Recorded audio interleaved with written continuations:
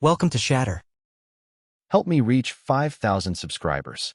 Support the video with a like and leave your thoughts in the comments. She didn't say it during a fight. She said it like a calendar update. On a Tuesday night, with the TV on and the volume low, she told me she thought we should take a break from intimacy. Not from the marriage, just from that part. She said it calmly, like it was a wellness decision, like she'd read it somewhere and decided it fit us. I didn't argue. I didn't ask questions. I looked at her for a second longer than necessary, then told her we should take a break from each other. Not angrily, not dramatically, just evenly.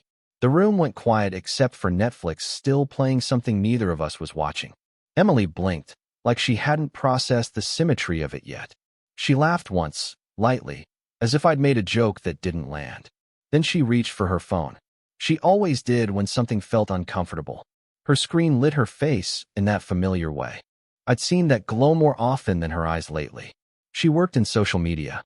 Lived in it, really. Metrics, reactions, reach. Validation measured in numbers that refreshed every few seconds. Most mornings she grabbed a coffee from Dunkin' and filmed a story in the car before she even pulled out of the parking lot. I used to watch those stories on mute, noticing how awake she looked there compared to at home. I worked in cybersecurity. Quiet systems. Threats you don't see until it's too late. I was used to watching patterns instead of people, logs instead of faces. Maybe that's why I noticed when her phone started lighting up later at night. When she smiled without sound.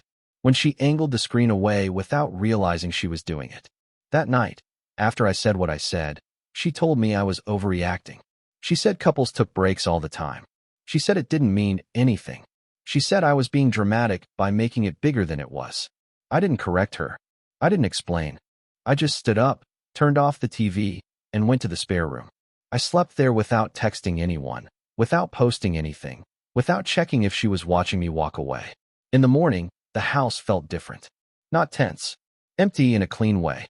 Emily left early, the sound of the door closing sharp and fast. I didn't follow.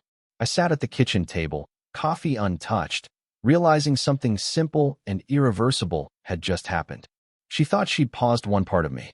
She didn't see that she'd handed me the exit. By Wednesday night, nothing had technically changed. We were still married, still in the same house, still sharing a Wi-Fi network and a last name. But something had shifted underneath the surface, like a system process quietly terminating without throwing an error. Emily moved through the house like I wasn't there. Not angrily, efficiently.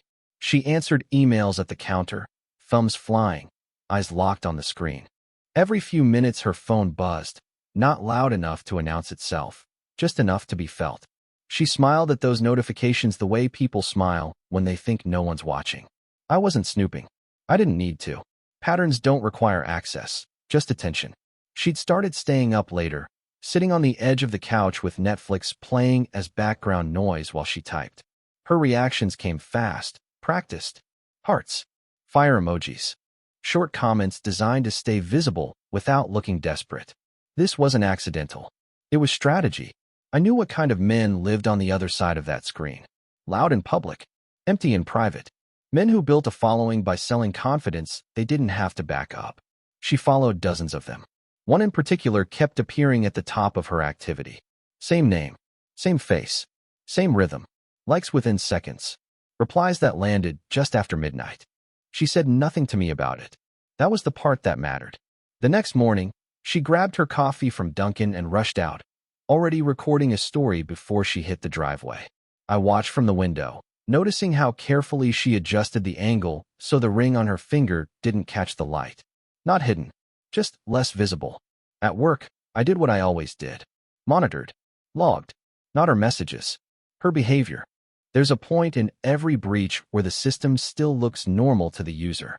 The emails send, the files open, but the access has already been compromised.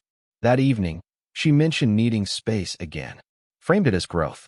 Said intimacy felt like pressure lately. Said I should understand, given how logical I was. She thought logic meant passive. She thought quiet meant unaware. I nodded.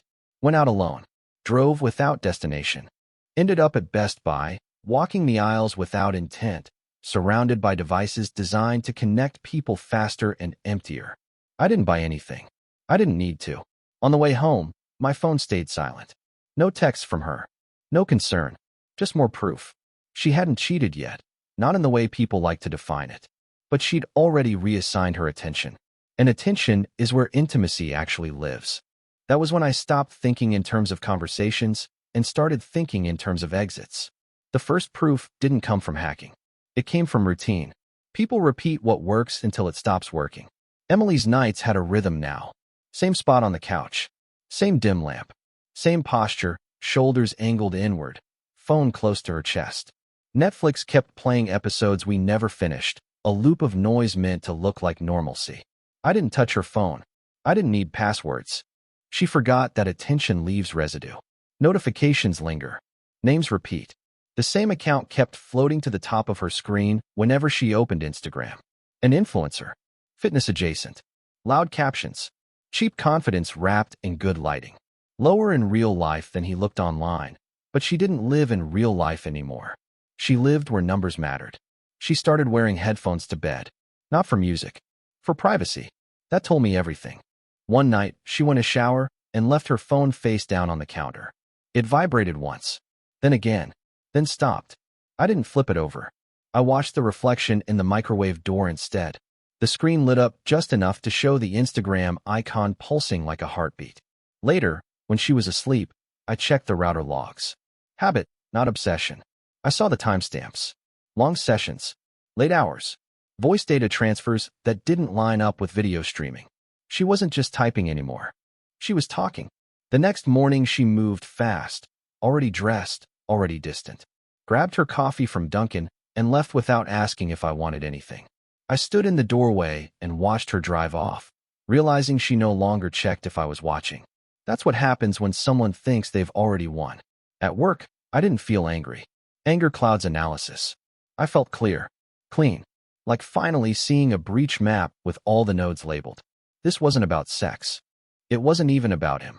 It was about the fact that she'd outsourced her sense of being desired to a stranger who could disappear with a logout. That night she mentioned feeling seen lately. Not by me. Not directly. Just as a concept. She said it casually, like an insight from therapy. I nodded, said nothing, let the silence stretch until she filled it by checking her phone again. That was the moment I stopped sleeping in the house emotionally. Physically, I was still there. Systems online. Lights on. But internally, I started moving files. Backing up what mattered. Deleting what didn't. She thought she was building something new. She didn't realize she was training me to leave without asking for closure. And once I saw the full pattern, I didn't confront it. I scheduled my disappearance instead. I didn't disappear all at once. That would have felt emotional. Obvious. I phased myself out the way I'd seen systems go dark after a breach, one permission at a time. Quiet enough that no alarm went off until nothing worked anymore. Emily didn't notice at first. She was too busy being elsewhere.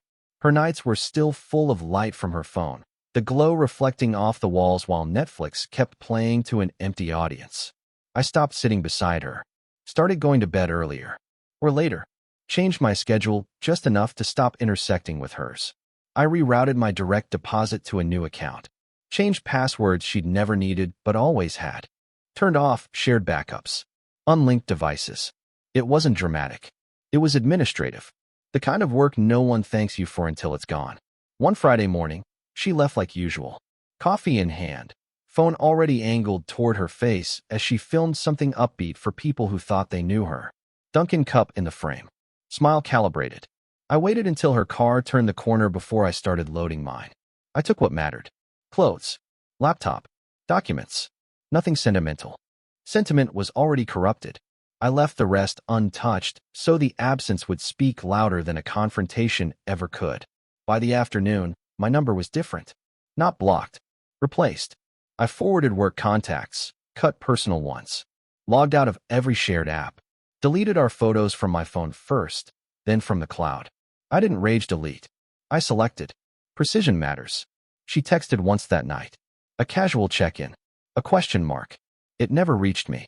By Saturday morning, she was calling. Then emailing. Then messaging on every platform we'd ever used. The tone shifted fast. Confusion to irritation to concern. I didn't read most of it. I didn't need to. Silence does more work than explanations. I spent that weekend furnishing a small apartment I found through Craigslist. No personality. Neutral walls.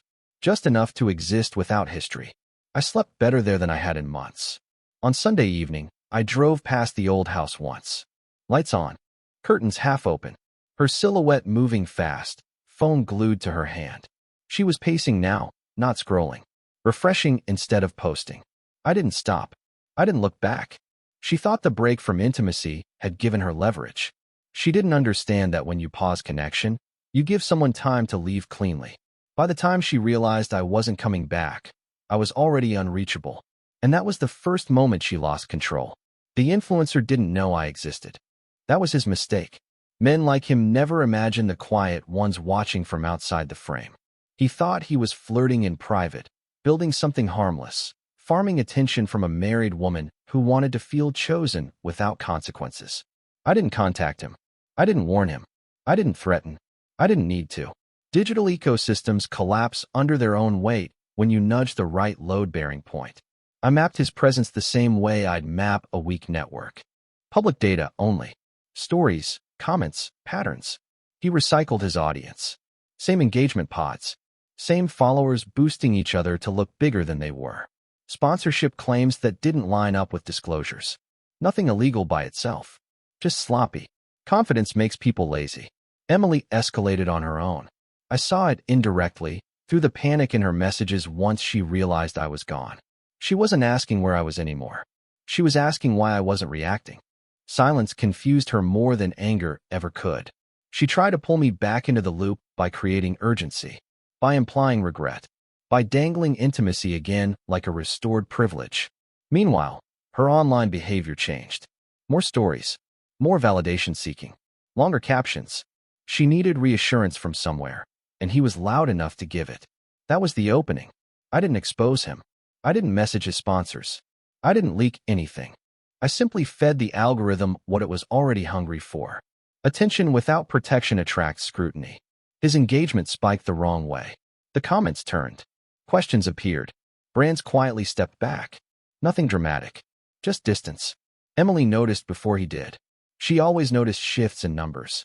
Her tone in the messages shifted again. Less confident. Less performative. She asked if I'd done something. Not directly. Just circling the idea like it scared her. That night, I sat alone at an IHOP. The place nearly empty, fluorescent lights buzzing above me. I ordered breakfast at midnight and watched my phone stay silent. No alerts. No demands. Just proof that my absence was forcing everything else to reveal its actual value.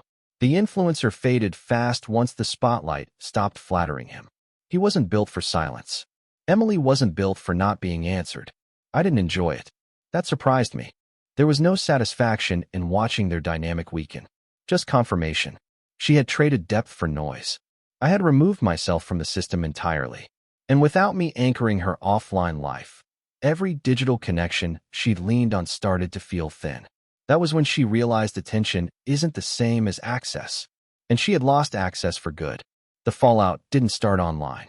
That was just where Emily was loudest. The real damage happened in rooms where phones were set face down and people watched her instead of her feed. Her sister noticed first. A change in posture. A nervous laugh where confidence used to be. Emily talked too much now, filling gaps that didn't need words. She checked her phone between sentences, refreshing as if the next notification might stabilize her. It never did. At work, the shift was sharper. She was the one who used to control narratives, spin engagement into authority. Now she was defensive, over-explaining results, blaming algorithms. Her co-workers listened politely, but the distance was there. People sense when someone's influence is slipping before the metrics confirm it. Someone asked about me, casually, like an afterthought. She said I was busy, said we were giving each other space, said it with a smile that didn't reach her eyes. No one pushed. They didn't need to. Silence from others carries judgment without accusation. She tried to compensate digitally. More stories, more behind-the-scenes posts, a curated vulnerability that felt rehearsed. But once control cracks, everyone sees it. The comments thinned. The influencer stopped interacting publicly. Whatever they'd had required momentum, and she was losing it. One night, she hosted a small get-together at the house. Wine. Familiar faces. The TV played Netflix quietly in the background, a show no one followed. just noise to prevent pauses. I wasn't there, but my absence took up space. Someone asked if I was running late. Emily said no, too quickly. That was when one of her friends said something simple. Not cruel, not loud, just honest enough to land. She said she thought it was strange I'd vanished so completely. Said people usually made noise when they left. Said quiet exits meant decisions had already been made. The room shifted. Not against her. Away from her. That's the difference. No confrontation. Just withdrawal. Emily laughed it off, but later that night, she sent me a message that never reached me. Then another. Then a long one. She wasn't asking for explanations anymore.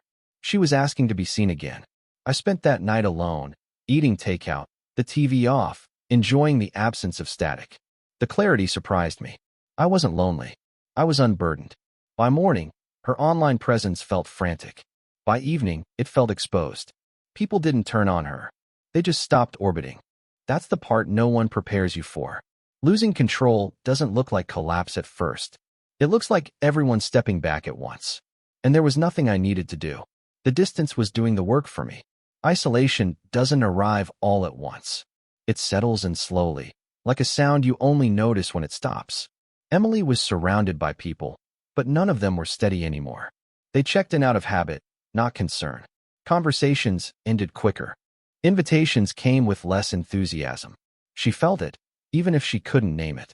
She tried to anchor herself in routine. Same morning coffee, same filtered stories, same captions about gratitude and growth. Dunkin' cups still appeared in her posts, but the tone was off. Less confidence. More reach for approval energy. The kind audiences sense without consciously processing. Engagement became uneven. Bursts followed by silence. At night, the house turned against her. Netflix played endlessly, not for entertainment, but to keep the walls from echoing. She sat alone on the couch, scrolling, refreshing, rewatching her own stories to see who had viewed them. That's when isolation sharpens. When you start counting who still notices. She tried calling friends later than usual. Conversations drifted toward logistics and complaints. No one lingered. No one asked the questions she wanted them to ask.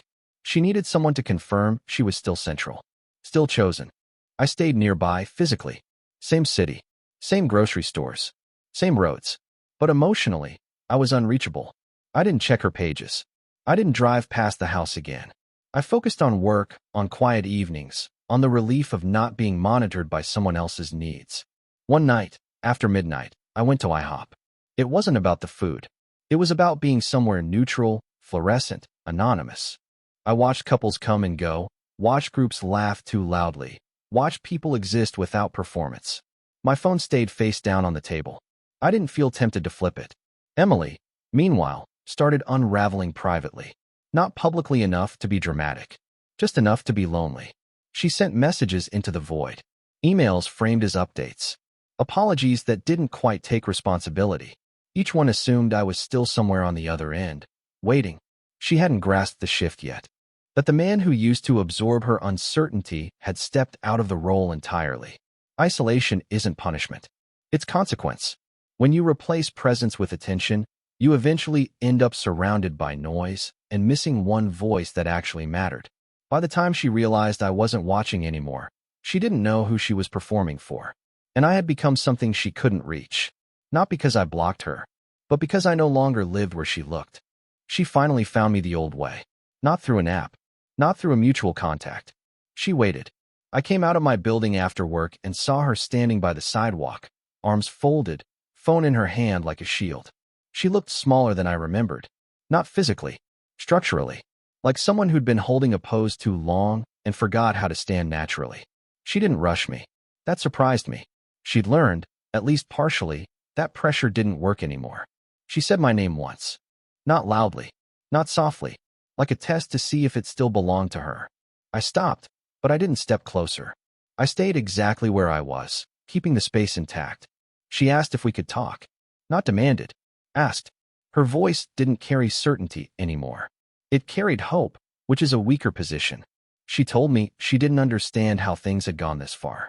She said she thought we were just taking space. She said she'd been confused, overwhelmed, distracted. She said the word intimacy again, like it was the original sin. like everything traced back to that one sentence she'd delivered so calmly. I listened without interrupting, without nodding, without correcting. She filled the silence the way people do when they're afraid it might be final. She mentioned missing our routines, evenings on the couch, background shows on Netflix, the way I used to sit quietly beside her while she scrolled. She framed it as comfort now, not convenience. That shift didn't go unnoticed. She asked if I'd come back. Not home. Back. Like I'd stepped out of a room she still occupied. I told her I wasn't angry. That seemed to unsettle her more than if I had been. I said I'd simply stepped away from something that no longer had a place for me. I didn't explain further. I didn't bring up the messages, the late nights, the attention she'd rerouted elsewhere. I didn't need to. She tried to apologize then. Not for specifics. For the feeling of loss. For the absence she could finally feel. I told her I believed her. That was true. I believed she felt it now. I just didn't believe that feeling could undo the distance she'd created. When I left, she didn't follow. She stood there, watching, realizing the conversation hadn't given her leverage.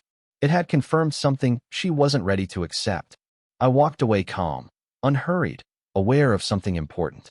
I hadn't won. I'd exited. And for the first time, she understood the difference. The collapse wasn't loud. There were no public apologies, no dramatic posts, no tearful videos explaining her side. Emily was too controlled for that. What unraveled instead was everything she'd been standing on without realizing it. Work stopped calling her first. Not officially, just subtly. Fewer last-minute projects. Less trust with clients. Someone else started handling accounts she'd built.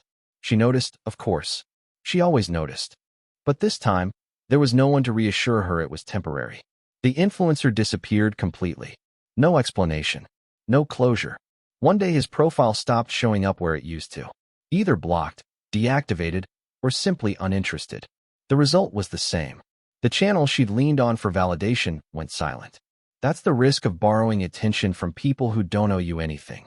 Her friends adjusted their distance next. They didn't abandon her. They just stopped orbiting. Conversations shortened. Plans filled up. Everyone had something else going on. No one offered to sit with her discomfort. That's when the memories started coming back. Not all at once. In fragments. Me making coffee quietly while she scrolled. Me fixing things she never thanked me for. Me staying up late to solve problems she never saw. At the time, those moments had felt small to her. Now they came back sharp, intrusive, impossible to mute. She tried to reach me again. Not urgently. Carefully.